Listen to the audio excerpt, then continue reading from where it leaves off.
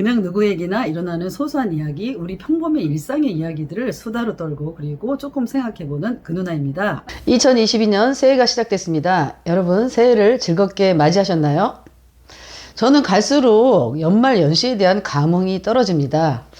혼자 살거나 가족이 적은 사람들은 연말 연시가 오히려 더 조용하고 한가롭고 이렇죠.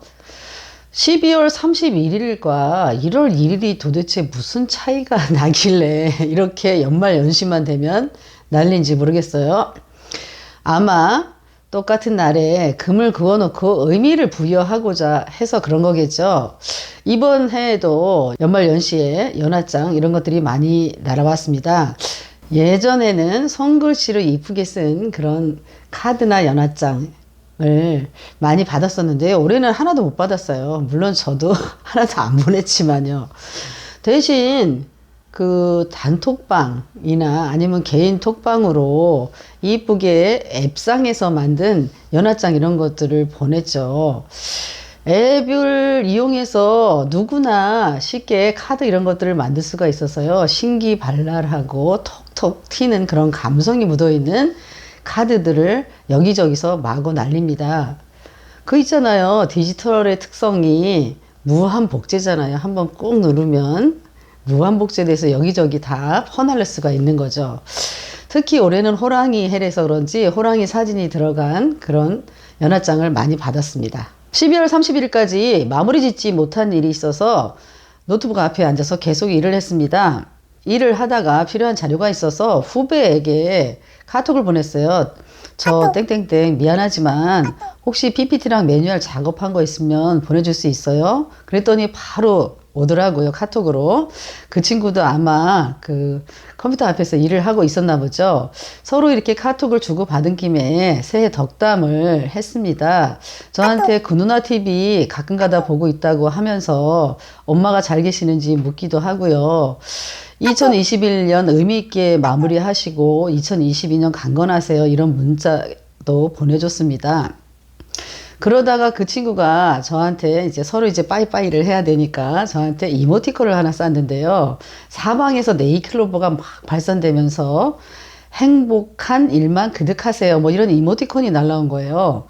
그걸 보자마자 꽃길만 걸으세요. 새해 복 많이 받으세요. 이런 새해 덕담에 대해서 불만이 가득했던 제가 걸고 넘어진 거죠. 그 친구한테 이렇게 썼습니다. 아니 세상에 꽃길만 있으면 그게 어디 꽃길이겠어. 진흙탕길이 있어야 그게 꽃길이지. 우리 새해에는 고난도 사랑합시다. 크크 이렇게 보냈어요. 그랬더니 그 친구가 또 한 얘기가 저도 꽃길만 걸으세요 이런 말 좋아하지 않아요. 그런데 선배님 힘내세요 이런 뜻으로 보냈습니다. 이러더라고요. 꽃길만 걸으세요. 어느 날부터 이 말이 자꾸 걸리는 거예요. 아니 세상에 어떻게 꽃길만 있어요. 진흙탕길이 있으니까 꽃길이 있는 거고 실패가 있으니까 성공이 있는 거고 악한 것이 있으니까 선한 것이 있는 거 아닌가요? 그러니 우리는 진흙탕길을 볼 때 눈살을 찌푸리고 이러는 게 아니라 미안한 마음으로 대해야 하는 거 아닐까 이런 생각이 들더라고요. 꽃길만 걸으세요. 이거 희망 고문입니다. 꽃길만 있지 않은데 자꾸 꽃길만 걸으라고 하니 꽃길을 걷지 않을 때 너무 힘들고 고통스러워요. 그런데 사람들은 꽃길만 걸으세요. 부자 되세요. 복 많이 받으세요. 이런 말을 좋아하죠. 이런 이야기가 있습니다. 옛날에 어떤 부자가 어렵사리 아들을 얻었대요.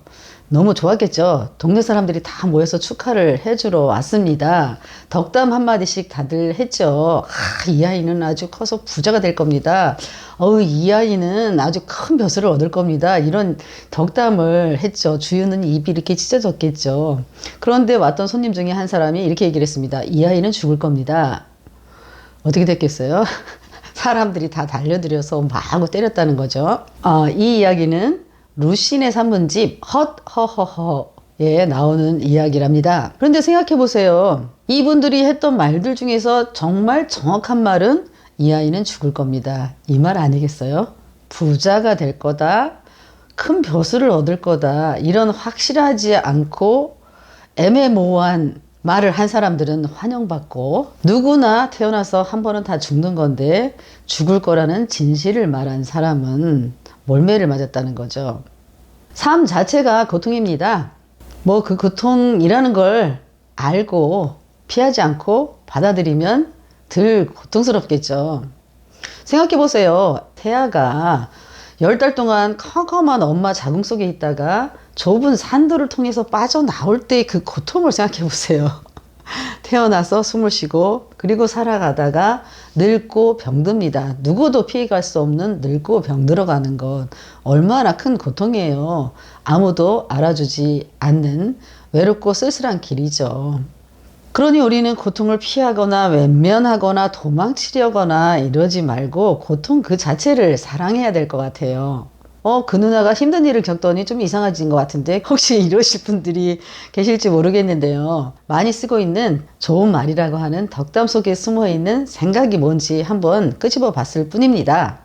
그러면 너는 대체 덕담을 뭘로 할 건데? 이렇게 물으신다면 지금 여기의 삶을 충분히 즐기세요. 이렇게 말하고 싶습니다. 이상 그 누나의 김영미였습니다.